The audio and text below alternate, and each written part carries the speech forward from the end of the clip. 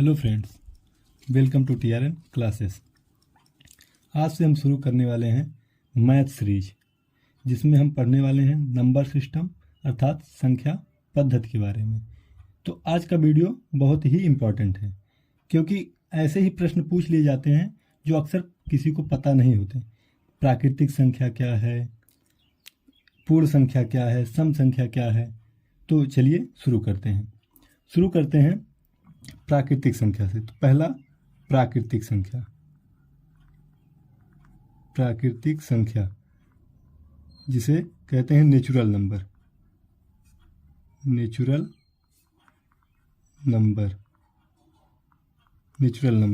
तो प्राकृतिक संख्या अर्थात नेचुरल नंबर्स होते क्या हैं, तो जानते हैं इसके बारे में। जिन संख्याओं की गणना की जाती है, ऐसी संख्याएं जिनकी गणना की जाती है, उनके समुच्चय को प्राकृतिक संख्या कहते हैं। अर्थात गणना की जाने वाली सभी संख्याएं क्या कहलाती हैं? प्राकृतिक संख्या कहलाती हैं। प्राकृतिक संख्या कहलाती हैं।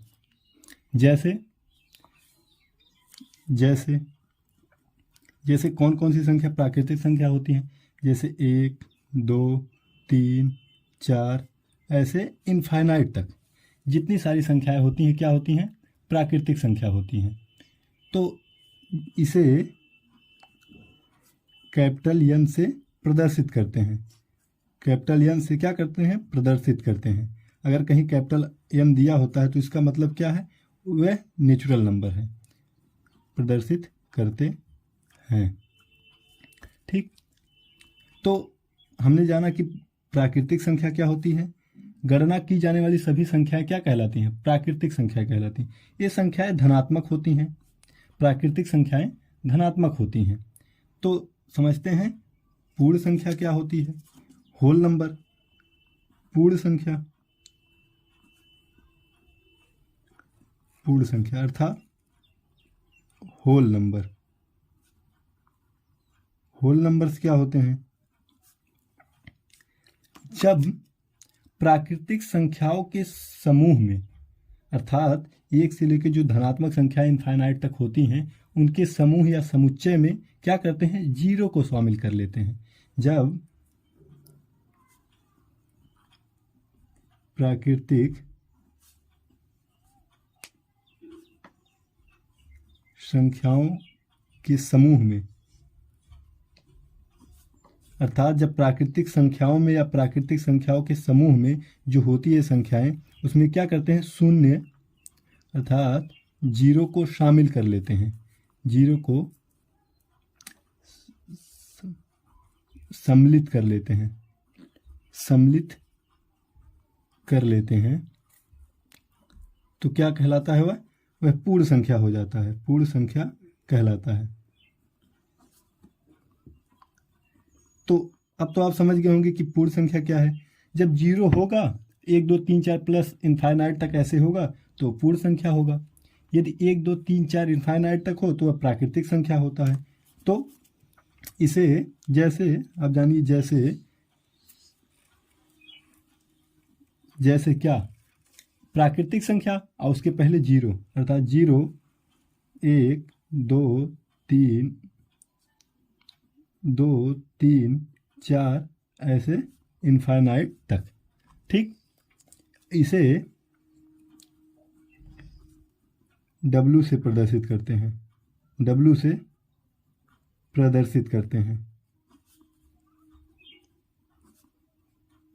तो इससे एक फैक्ट निकल कर आता है, क्या सभी प्राकृतिक संख्याएं पूर्ण संख्या हो सकती हैं? क्या सभी प्राकृतिक संख्याएं पूर्ण संख्या हो सकती हैं? तो नोट में लिखेंगे, जो फैक्ट बनता है क्वेश्चन का नंबर सिस्टम से, वह यही बनता और यही सबसे टफ कहलाता है। तो सभी प्राकृतिक संख्याएं सदैव पूर्ण संख्या होती हैं। सभी प्राकृतिक संख्या सदैव पूर्ण संख्या होती है, सदैव पूर्ण संख्या होती है, लेकिन सभी पूर्ण संख्या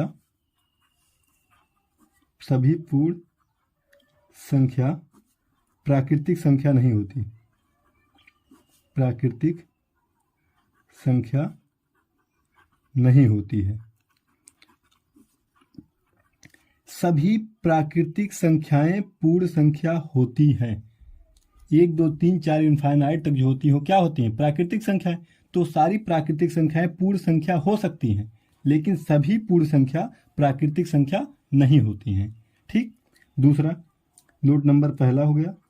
दूसरा, सभी प्राकृतिक संख्याओं का गुणा करने पर, यदि सभी प्राकृतिक संख्याओं का गुणा किया जाए, प्राकृतिक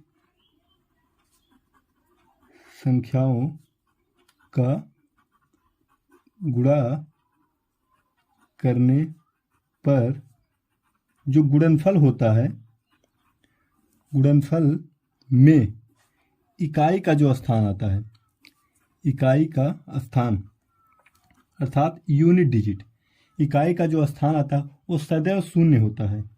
स्थान सदैव शून्य अर्थात 0 प्राप्त होता है। जो इकाई का स्थान होता है वो क्या होता है? वहाँ सदैव 0 प्राप्त होता है। एक चीज़ और नोट लिख लीजिए, अगर किसी संख्या में 2 और 5 हों और उनका इकाई का स्थान गुणा करने के बाद गुणनफल में इकाई का स्थान पूछा जाए, इकाई का स्थान पूछा जाए तो हमेशा इकाई का जो स्थान होगा वो क्या होगा? शून्य होगा। इकाई का स्थान क्या होगा? शून्य होगा। ऐसा क्यों होता है? अभी आप जब यूनिट डिजिट पढ़ेंगे तो आपको पता चलेगा कि ऐसा क्यों होता है। बस इतना जानिए, सभी प्राकृतिक संख्याओं का गुणा किया जाता है तो शून्य आता है, सभी पूर्ण संख्याओं का आपस में गुणा किया जाएगा फिर भी शून्य आएगा। ठीक। अब आते हैं सम संख्या पर। ये जो सम संख्या होता है, सम संख्या क्या होता है? सम संख्या मतलब इवन नंबर। इवन नंबर क्या होता है? तो जो सम संख्या होती हैं वह संख्याएं जो 2 से विभाजित हो जाती हैं, जो संख्याएं 2 से पूर्णतः विभाजित हो जाती हैं, 2 से पूर्णतः विभाजित हो जाती हैं, 2 से पूर्णतः विभाजित हो जाती हैं, वह संख्या क्या कहलाती हैं? वह सम संख्या कहलाती हैं। पूर्णतः विभाजित हो जाती हैं, सम संख्या कहलाती हैं। जैसे 2 से 2, 4, 6, 8, 10, 12 ऐसे इनफाइनाइट तक जितनी संख्याएं होंगी वो क्या होंगी? 2 से पूर्णतः विभाजित होंगी, तो वह क्या कहलाएंगी? सम संख्या कहलाएंगी। तो क्वेश्चन आता है, सबसे छोटी सम संख्या क्या होती है? नोट पहला, सबसे छोटी सम संख्या, सबसे छोटी सम संख्या। तो आपको दिखाई दे रहा है कि सबसे छोटी संख्या क्या है? सबसे छोटी सम संख्या 2 होती है। सबसे छोटी सम संख्या 2 होती है। क्वेश्चन ऐसे ही पूछ लेता है, सबसे छोटी सम संख्या बताइए। तो आते हैं अगले इंपॉर्टेंट के बारे में। अगर सभी सम संख्याओं का आपस में गुणा किया जाए तो क्या प्राप्त होगा? तो अगर सभी सम संख्याओं का आपस में गुणा किया जाए, सम संख्याओं का आपस में गुणा किया जाए,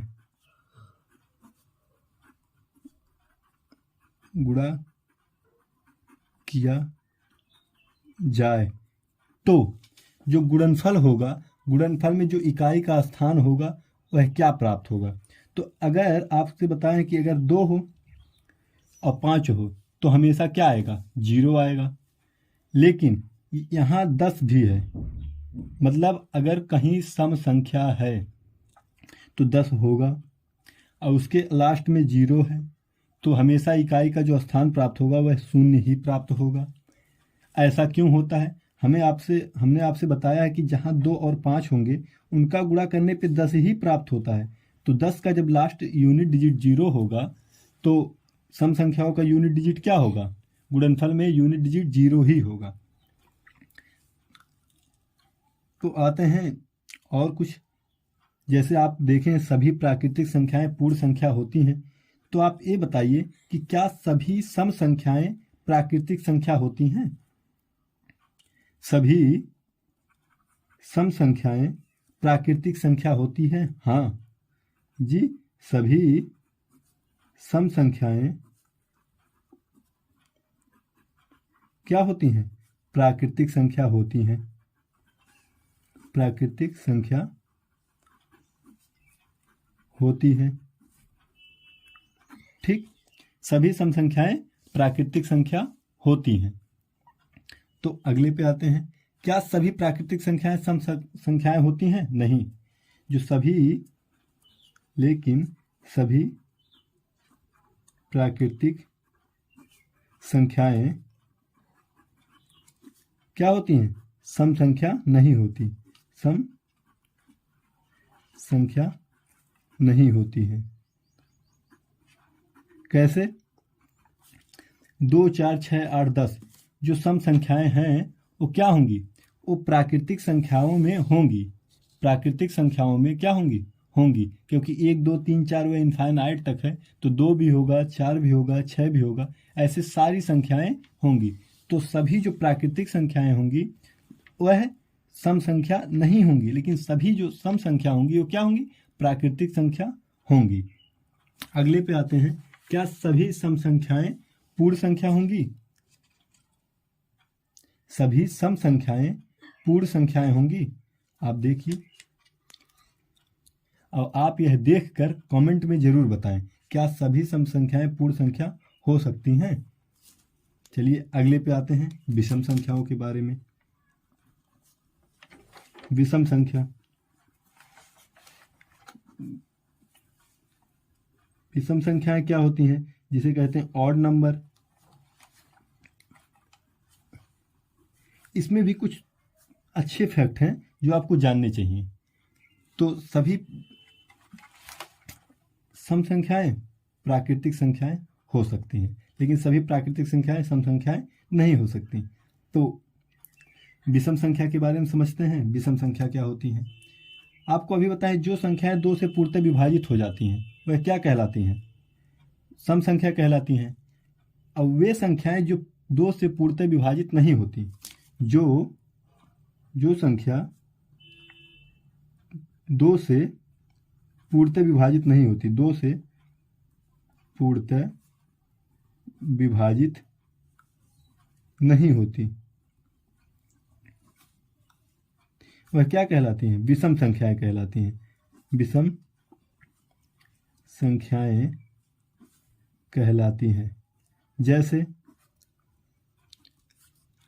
विषम संख्या क्या होती हैं?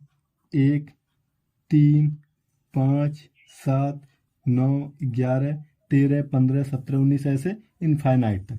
क्योंकि ये जितनी सारी संख्याएं हैं वो क्या होंगी? 2 से पूर्णतः विभाजित नहीं होंगी। विभाजित तो होंगी लेकिन दशमलव में आएंगी, इसलिए पूर्णतः विभाजित, यहाँ क्या शब्द लगा? पूर्णतः विभाजित नहीं होती, पूर्णतः विभाजित नहीं होती। जो संख्याएं 2 से पूर्णतः विभाजित नहीं होती हैं वह क्या कहलाती हैं? विषम संख्याएं कहलाती हैं। जैसे 1, 3, 5, 7, 9 ऐसे इनफाइनाइट तक। तो आते हैं कुछ फैक्ट के बारे में। क्या सभी विषम संख्याएं, पहला नोट है जो, सभी विषम संख्याएं, क्या सभी विषम संख्याएं पूर्ण संख्या होंगी? क्या सभी विषम संख्याएं क्या होंगी? पूर्ण संख्या होंगी? आप जरूर बताइए, क्या सभी संख्याएं पूर्ण संख्या होंगी? जी, सभी विषम संख्याएं पूर्ण संख्या होती हैं। कैसे होती हैं? आप 0 को सम्मिलित कर लेते हैं। यहाँ भी एक जो विषम संख्या होती 0, जीरो को आप सम मानेंगे या विषम मानेंगे, आप यह जरूर बताएं कि आप जीरो को क्या मानते हैं। हम तो बताएंगे जीरो को क्या माना जाता है। तो सभी विषम संख्याएं पूर्ण संख्या होती हैं, लेकिन फैक्ट इतना भी नहीं पूछता। फैक्ट तो ये पूछता है क्या सभी विषम संख्याएं प्राकृतिक संख्या होती हैं। सभी विषम संख्या क्या होती हैं? सभी विषम संख्याएं जो होती हैं क्या वह प्राकृतिक संख्या होती हैं? तो अब तो आप समझ ही गए होंगे कि सभी जो विषम संख्याएं होंगी वह प्राकृतिक संख्याओं में सम्मिलित होंगी। तो सभी विषम संख्याएं प्राकृतिक संख्या होंगी, प्राकृतिक संख्या होती है। लेकिन सभी प्राकृतिक संख्या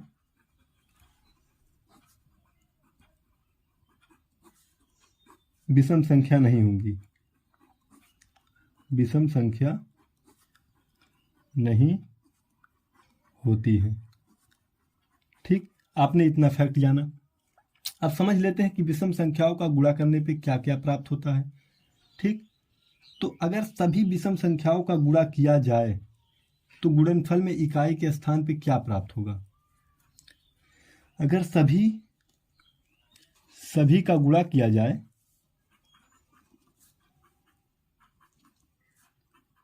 अगर सभी विषम संख्याओं का गुणा किया जाए तो जो इकाई का स्थान प्राप्त होगा, इकाई का स्थान वहां पर हमेशा 5 प्राप्त होगा, वहां पर हमेशा 5 प्राप्त होगा, क्योंकि यहाँ 5 है। आप कभी भी करेंगे 5 तियां 15 तो लास्ट का यूनिट डिजिट 5 ही आएगा। 5 साते 35। अगर किसी भी संख्या में 5 है तो हमेशा इकाई का स्थान 5 ही आएगा। यदि उस संख्या में सम संख्या भी आ जाती है, जैसे 2, 4, 6, 8, 10, 12 ऐसे, तो हमेशा इकाई का स्थान 0 प्राप्त होगा। चलिए समझते हैं अगले के बारे में, पूर्णांक। पूर्णांक क्या होता है? पूर्णांक समझते हैं पूर्णांक के बारे में, जिसे इंटीजर कहते हैं। तो 5वां जो है वो है पूर्णांक। ठीक, पूर्णांक इंटीजर। इंटीजर होता क्या है? जब पूर्ण संख्याओं के समूह में ऋणात्मक संख्याओं को शामिल कर लेते हैं। आपने प्राकृतिक भी समझा, पूर्ण संख्या भी समझ चुके हैं। तो पूर्ण संख्या क्या होती है, प्राकृतिक संख्या क्या होती है? जब पूर्ण संख्या के समुच्चय या समूह में, पूर्ण संख्याओं में क्या करते हैं, ऋणात्मक संख्याओं को भी शामिल कर लेते हैं। जब पूर्ण संख्याओं के समूह में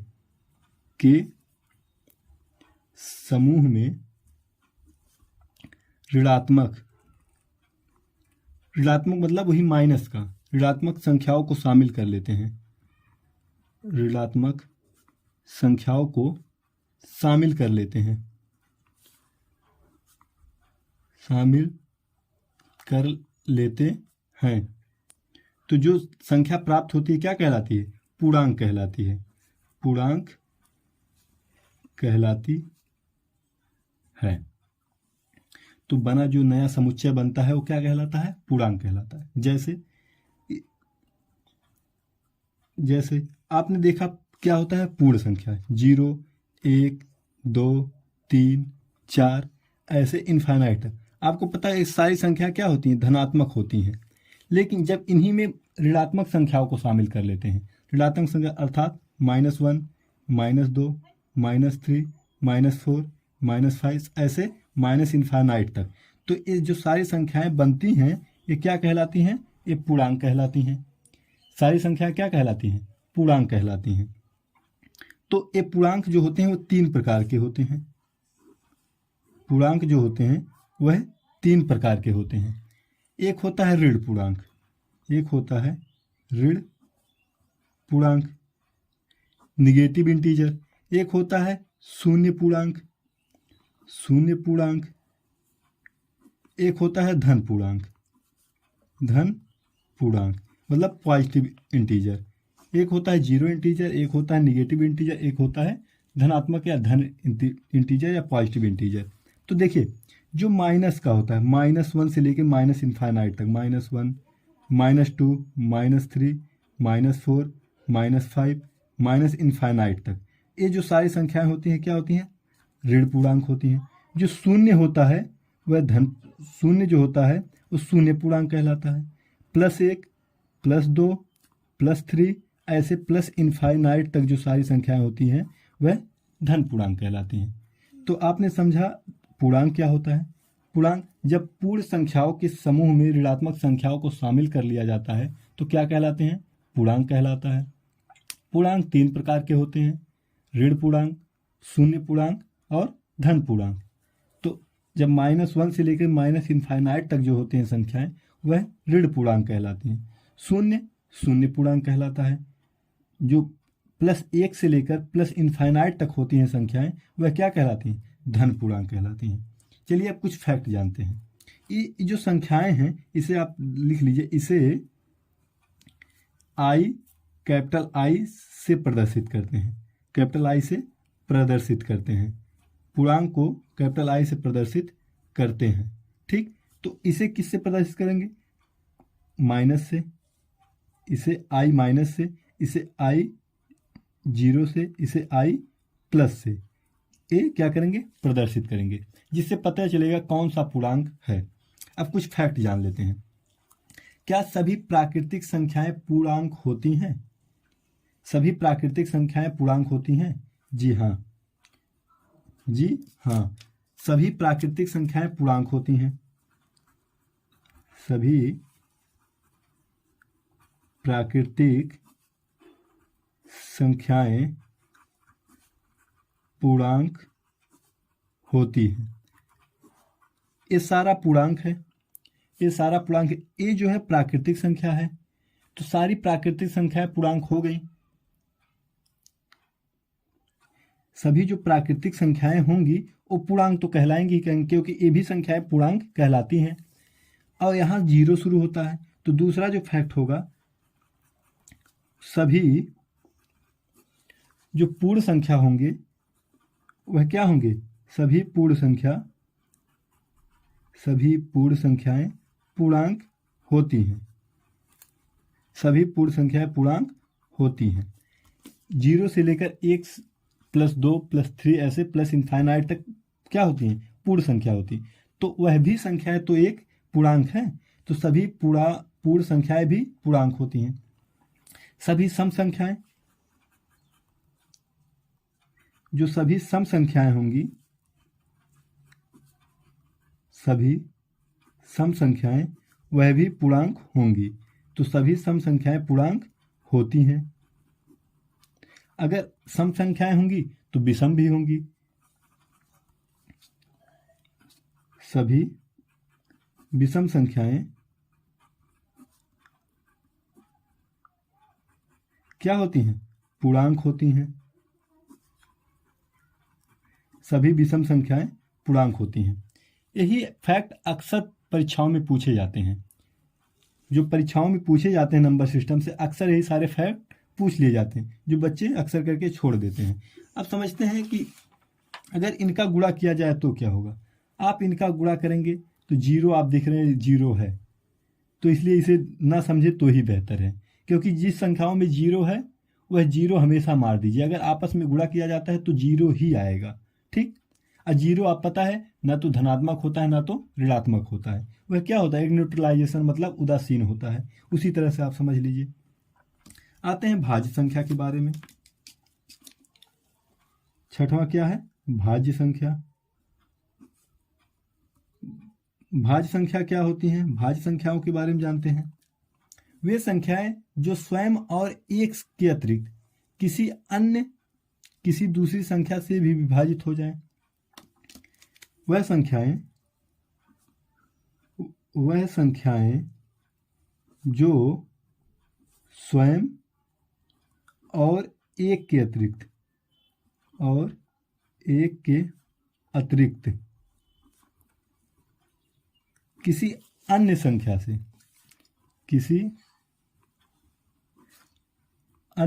से विभाजित हो जाए,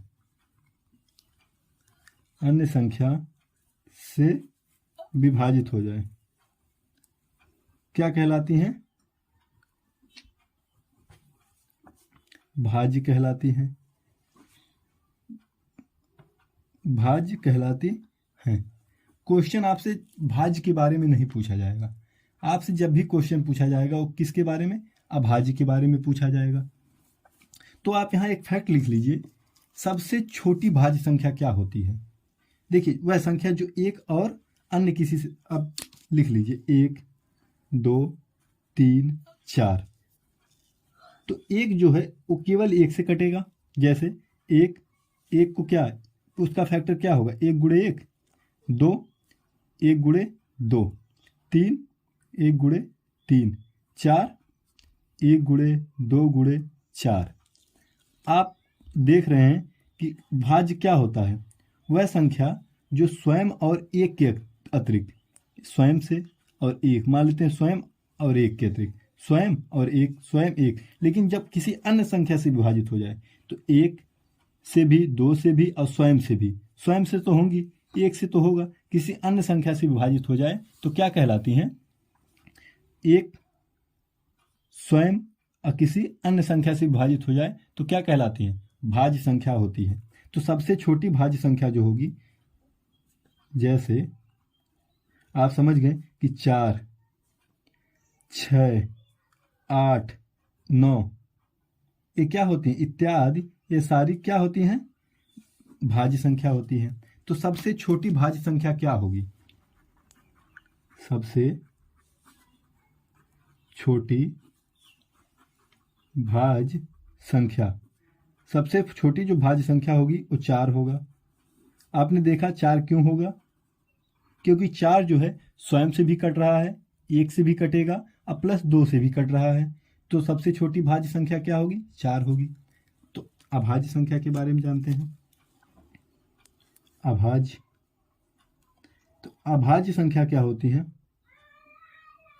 अभाज्य संख्या जिसे हम कहते हैं प्राइम नंबर। प्राइम नंबर अभाज्य संख्या क्या होती है? आपने जिस तरह से देखा कि भाज्य संख्याएं जो एक के अतिरिक्त किसी अन्य संख्या और स्वयं से भी कट जाती हैं, भाज्य कहलाती हैं। तो अभाज्य वे संख्याएं होती हैं जो एक और स्वयं के अतिरिक्त किसी और संख्या से कटे ही ना। वह संख्या जो स्वयं और एक के अतिरिक्त किसी अन्य संख्या से विभाजित ना हो, किसी अन्य संख्या से विभाजित ना हो, विभाजित ना हो, तो क्या कहलाती है? अभाज्य संख्या कहलाती है। तो जैसे आपने देखा 2 भी है, 3 भी है, 4 भी है, 2 भी है, 3 भी है और 4 भी, सॉरी 4 नहीं है, 4 तो आप हमने देखे सबसे छोटी भाज्य संख्या है। तो 2 भी है, 3 भी है, आगे इसी तरह 5 भी है, 7 भी है, 11 भी है, 13 भी है, ऐसे इनफाइनाइट करके जितनी भी भाज्य संख्याएं हैं, ये सारी संख्या क्या कहलाती हैं? अभाज्य कहलाती हैं। सॉरी मैंने भाज्य बोल दिया था, तो अभाज्य कहलाती हैं। ठीक, तो सबसे छोटी अभाज्य संख्या, यह प्रश्न कई बार परीक्षाओं में पूछा गया। सबसे छोटी अभाज्य संख्या लोग अक्सर इसलिए नहीं बता पाते क्योंकि जो सबसे छोटी अभाज्य संख्या होती है वह क्या होती है? वह 2 होती है और 2 एक सम संख्या होती है। इसलिए लोग कन्फ्यूजन में रहते हैं कि यह सबसे छोटी अभाज्य संख्या होगी या नहीं होगी। ठीक, तो सबसे छोटी अभाज्य संख्या 2 होती है। सबसे छोटी अभाज्य सम संख्या मान लेते हैं, सबसे छोटी अभाज्य सम संख्या, विषम संख्या। आपने तो देखा सबसे छोटी जो अभाज्य संख्या होगी वो 2 ही होगी, लेकिन सबसे छोटी जो सम संख्या होगी वह क्या होगी? 2 होगा। सबसे छोटी जो विषम संख्या होगी, सबसे छोटी अभाज्य विषम संख्या, वह 3 होगी। ठीक, आते हैं एक और महत्वपूर्ण प्रश्न के बारे में कि अगर सभी अभाज्य संख्याओं का गुणा किया जाए तो, अगर सभी अभाज्य संख्याओं का गुणा किया जाए तो, आपने अभी अभी जस्ट देखा है कि जिस भी संख्या में 2 और 5 होंगे तो सभी अभाज्य संख्याओं का गुणा करने पर जो गुणनफल आएगा उसमें जो इकाई का स्थान आएगा वह कौन सी संख्या प्राप्त होगी। तो अगर 2 और 5 है तो आप इतना समझिए कि हमेशा 0, इकाई का स्थान जो आएगा वह 0 आएगा। इसके बारे में कुछ और फैक्ट हैं, उसके बारे में जानते हैं कि ऐसे फैक्ट जो अक्सर पूछ लिए जाते हैं। ठीक, पहला फैक्ट जो है, पहला, दूसरा है ना, तो दूसरा अगर सभी छोटी अभाज्य, सबसे छोटी अभाज्य संख्या को छोड़कर, अगर सबसे छोटी अभाज्य संख्या को छोड़कर बाकी सभी का गुणा किया जाए, छोड़कर अर्थात कौन सी सबसे छोटी अभाज्य संख्या क्या है, 2 है ना, सबसे छोटी अभाज्य संख्या 2 को छोड़कर सभी का गुणा किया जाए, सभी का गुणा किया जाए तो जो प्राप्त होगा, जो इकाई का स्थान प्राप्त होगा, जो गुणनफल में इकाई का स्थान प्राप्त होगा, वह सदैव क्या प्राप्त होगा, वह सदैव 5 प्राप्त होगा, अर्थात 5 आता है। जो प्राप्त होगा कितना, वो 5 प्राप्त होगा। तीसरा फैक्ट है, यदि 2 और 5 को छोड़कर सभी अभाज्य संख्याओं का गुणा किया जाए, 2 और 5 को छोड़कर सभी अभाज्य संख्याओं का गुणा किया जाए, अगर 2 और 5 को छोड़कर सभी अभाज्य संख्याओं का क्या किया जाए, गुणा किया जाए, तो इकाई का स्थान पे क्या प्राप्त होगा। तो छोड़कर एक गुणनफल में जो इकाई का स्थान प्राप्त होगा वह पता लगाना ही असंभव होगा। यदि 2 और 5 को छोड़कर सभी अभाज्य संख्याओं का गुणा किया जाए और जो गुणनफल आएगा उसका जो इकाई का स्थान आएगा उसे पता लगाना असंभव होगा, अर्थात पता लगाना असंभव होगा, उसे पता ही नहीं लगाया जा सकता कि इकाई का स्थान क्या प्राप्त होगा। ठीक, तो हमने जाना अभाज्य संख्याओं के बारे में। आते हैं अगले महत्वपूर्ण संख्याओं के बारे में, सहअभाज्य। सहअभाज्य यह क्या होता है, सहअभाज्य संख्या। आपने सुना होगा को प्राइम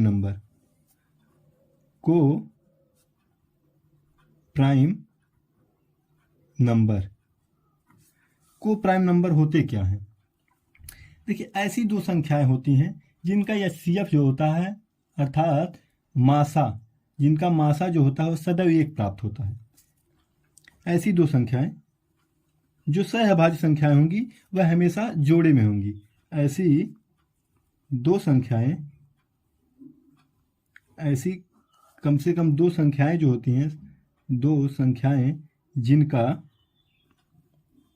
जिनका एचसीएफ अर्थात मासा जो होगा वह सदैव 1 प्राप्त हो, वह सदैव 1 हो, तो ऐसी संख्याएं सहअभाज्य कहलाती हैं। जैसे मान लेते हैं 2, 3, क्या यह सहअभाज्य हैं, तो चेक कर लेते हैं। 2 का फैक्टर कितना होगा, 1 गुणे 2, 3 का फैक्टर कितना होगा, 1 गुणे 3, तो जो इसका एचसीएफ आएगा वो कितना आएगा, वह हमेशा 1 प्राप्त होगा। तो यह संख्याएं आपस में क्या होंगी, सहअभाज्य होंगी। अगले पे आते हैं 5 और 7, तो 5 का 1 और 5, 7 का 1 और 7, तो इनका जो HCF होगा वह 1 होगा, तो यह भी सहअभाज्य होंगी। 5, 6 भी होगा तो भी होगा। तो इससे एक निष्कर्ष निकलता है कि दो क्रमिक संख्याओं सदैव एक सहअभाज्य संख्या होती हैं। क्या? दो क्रमिक संख्याएं सदैव क्या होती हैं? सहअभाज्य संख्या होती है। अगर दो क्रमिक आपस में संख्या हो तो क्या होंगी? सहअभाज्य होंगी। एक फैक्ट और आता है कि अगर मान लेते हैं इनका जो एलसीएम है, एक फैक्ट आप यहीं पर जान लीजिए। आप एलसीएम एचसीएफ जब पढ़ेंगे तो आप वहाँ पढ़ेंगे कि दो सहअभाज्य संख्याओं का एलसीएम कितना होता है, एचसीएफ। तो आपने जाना कि एचसीएफ हमेशा 1 होता है। तो इसका जो एलसीएम होगा वो सदैव क्या होगा? दोनों का गुणनफल, दोनों सहअभाज्य संख्याओं का गुणनफल, सहअभाज्य संख्याओं का गुणनफल, सहअभाज्य संख्याओं का गुणनफल हमेशा क्या होगा? इनका एलसीएम होगा।